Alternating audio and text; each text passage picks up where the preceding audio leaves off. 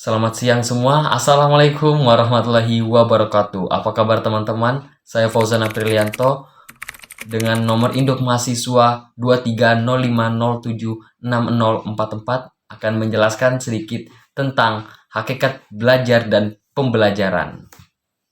Setiap orang, bahkan seluruh orang di dunia ini pasti merasakan yang namanya belajar atau mungkin pembelajaran secara sadar maupun tidak.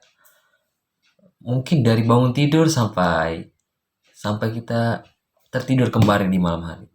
Ini banyak definisinya, salah satunya juga merupakan proses yang berlangsung pada diri kita yang memang mengupayakan kita ini harus berubah atau merubah tingkah laku dari hal yang kecil menjadi hal yang lebih besar, lebih universal misalkan.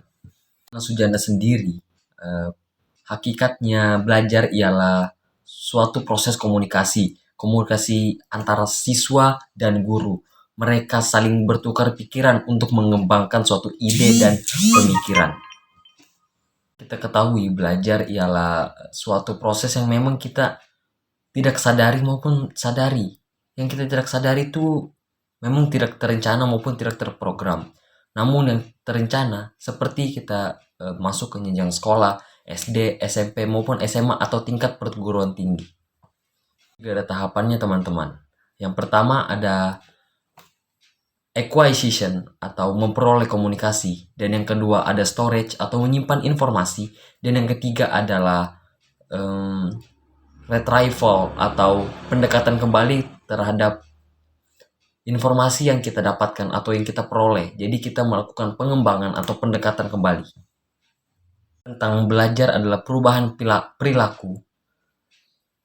Ada beberapa kawasan yang kita pelajari menurut Benjamin S. Bloom yang menyatakan atau mengemukakan perubahan perilaku yang terjadi sebagai hasil belajar, meliputi perubahan dan kawasan berupa kawasan kognitif, afektif, maupun psikomotorik. Kita bahas satu-satu. Ada kawasan kognitif, yaitu kawasan yang bisa diukur dengan penalaran atau secara logis bisa diukur dengan pemikiran. Ada beberapa kawasan yang bisa diukur dengan ini, yaitu yang pertama knowledge atau pengetahuan, dan yang kedua ada pemahaman, dan yang ketiga ada penerapan, keempat ada penguraian, dan yang kelima ada memadukan, dan yang keenam ada penilaian. Itu kawasan yang terdiri dari domain kognitif. Kedua adalah kawasan afektif. Afektif ini membahas tentang aspek-aspek emosional seperti perasaan, minat, sikap, maupun kepatuhan terhadap moral. Jadi ada beberapa kawasan atau hal yang mencakup dalam kawasan afektif ini. Yang pertama ada penerimaan, dan yang kedua sambutan, penilaian, pengorganisasian, maupun karakterisasi. Ya, adalah psikomotor domain atau kawasan psikomotorik. Kawasan psikomotorik ini tersendiri adalah aspek-aspek keterampilan yang melibatkan fungsi atau sistem saraf dan otot dan fungsi psikis. Diri dari kesiapan, meniru, membiasakan, ataupun adaptasi. Penjelasan singkat mengenai apa itu belajar dan tahapan-tahapan belajar beserta kawasan-kawasan yang terjadi dalam kegiatan belajar. Mari kita masuk ke kegiatan atau hakikat pembelajaran. Berbeda dengan sebelumnya, yaitu pembelajaran ialah kegiatan yang direncanakan, dan ini mengakibatkan terjadinya perubahan perilaku atau perubahan tingkah laku. Proses pembelajaran ini adalah proses interaksi antara peserta didik dan lingkungannya. Tapi mungkin teman-teman bertanya-tanya, apakah guru juga berpartisipasi dalam pembelajaran? Ya, tapi sebagai fasilitator atau hal yang mendukung proses interaksi dengan lingkungannya, interaksi siswa dengan lingkungannya.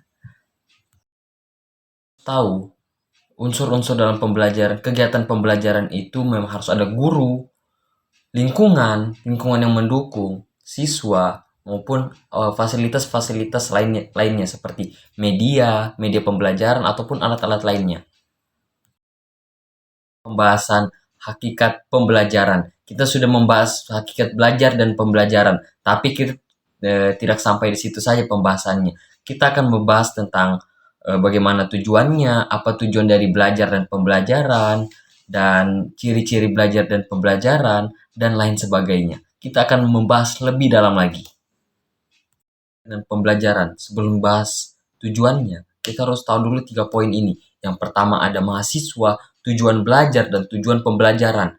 Yang pertama ada mahasiswa. Kenapa mahasiswa? Kita kaitkan dengan mahasiswa. Mahasiswa sekarang adalah subjek yang terlibat dalam kegiatan belajar mengajar di kampus. Mungkin mahasiswa mengalami tindak mengajar maupun juga subjek yang mengalami kegiatan belajar.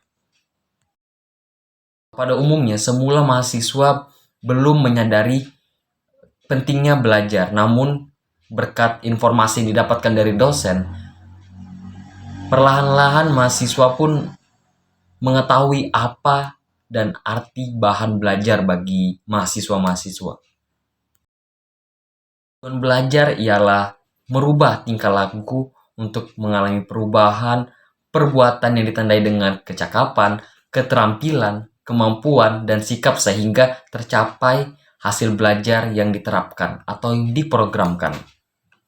Tujuan belajar, tujuan pembelajaran ini lebih mengarah ke arah pendidik, sedangkan tujuan belajar itu mengarah ke peserta didik.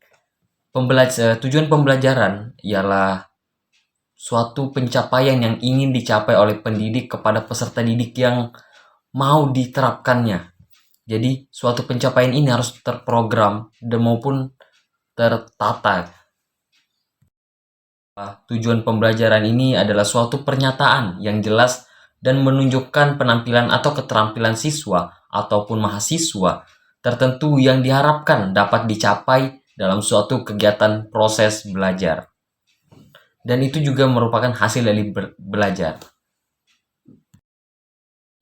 Hakikat belajar dan pembelajaran maupun tujuan belajar dan pembelajaran, kita dapat simpulkan bahwa belajar dan pembelajaran ini dua kata yang berkaitan sangat erat dan dalam mendidik peserta didik agar nantinya dapat mencapai tujuan yang diharapkan. Baiklah, sekarang kita bahas ciri-ciri belajar dan pembelajaran. Belajar dan pembelajaran juga memiliki ciri-ciri. Yang pertama kita bahas yaitu ciri-ciri belajar. Ciri-ciri belajar itu adalah yang pertama ada perubahan terjadi secara sadar. Jadi kita dari tidak tahu menjadi tahu itu kita sadar, kita tahu. Misalkan kita belajar naik sepeda, itu kita tahu.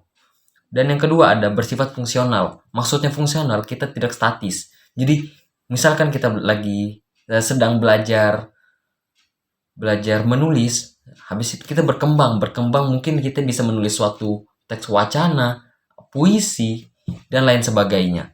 Dan kita terus berkembang lebih ke atas. Dan yang ketiga ada bersifat positif dan aktif. Keempat ada bukan bersifat sementara. Tidak ada yang namanya kita bisa lupa cara menulis, lupa cara bersepeda kalau kita sudah belajar dan kita mengetahui dasarnya. Dan yang kelima ada bertujuan dan terarah. Yang terakhir ada mencakup seluruh aspek tingkah laku. Yang pertama, membentuk peserta didik. Jadi pendidik diharapkan mampu membentuk peserta didik maupun dari pola perilaku ataupun pola pikir. Dan yang kedua adalah terprogram atau terencana. Yang ketiga ada fokus materi ajar. Dan yang keempat adanya aktivitas peserta didik. Diharapkan siswa mampu aktif dalam suatu kegiatan pembelajaran. Dan yang kelima ada aktor pendidik yang cerdas.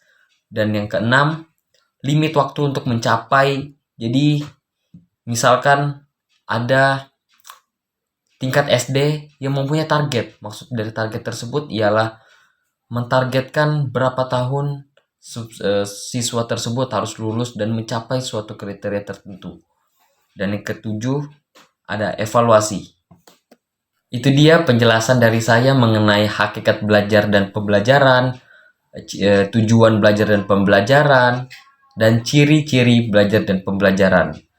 Mungkin segitu saja, kurang lebihnya mohon maaf. Saya Fauzan Aprilianto, pamit undur diri. Wassalamualaikum warahmatullahi wabarakatuh. Selamat siang.